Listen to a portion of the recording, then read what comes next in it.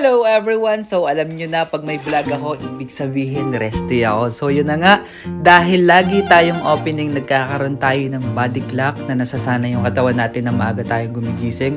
And since maaga rin naman tayo nagising at hindi na tayo makabalik sa pagtulog, ay napagdesisyonan ko na lang na mag-jogging since ang tagal-tagal ko nang hindi nag-jogging at parang kailangan ko na rin mag-jogging.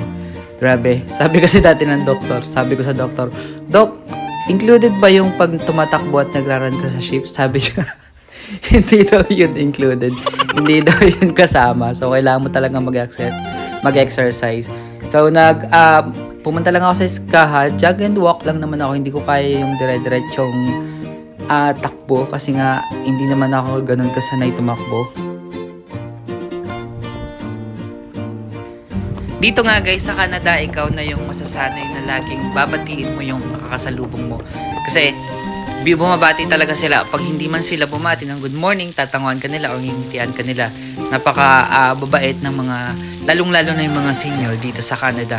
And, napansin ko nga dito sa may Skaha, maraming nabago. Parang ni-renovate nila to bagong gawa tong water park nila. After nga ng isang oras at kalahati ay umuwi na rin ako. Bumalik na din ako. Dumalang ako sa store, sa Walmart para makainom kasi nga uhaw na ako.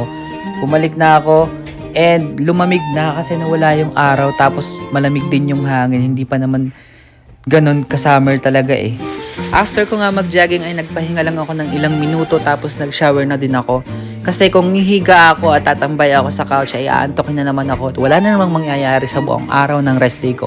2 days nga pala yung rest day ko and after ko nga mag-shower ay naglaban na ako para bukas tutupiin ko na lang lahat.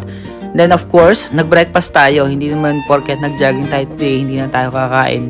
And last night pa ako hindi kumakain. And of course, di ba nga last time guys sa ating last upload ay nag-sort out tayo ng mga gamit, yung mga damit natin hindi na ginagamit. At idodonate na nga natin ito sa Valley Village. Of course, ginawa na natin yun after natin magsalang ng ating labahin. And nagpagas na rin ako. Thank you so much sa nag-sponsor ng gas. Full tank for today. Hey!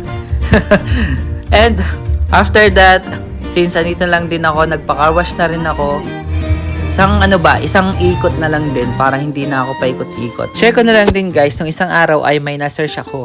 Dito pala sa Canada ay bawal mag-carwash sa bahay kasi nga yung mga sabon, yung mga detergent, pumupunta siya sa drainage and nakakasira yun ng environment. So, matagal na ako dito sa Canada and marami pa rin akong natututunan na mga dapat at hindi. So, buti na lang, nabasa ko yun. And ito nga, nag-donate na tayo. Of course, pag nag-donate ka dito sa Value Village ay makakakuha ka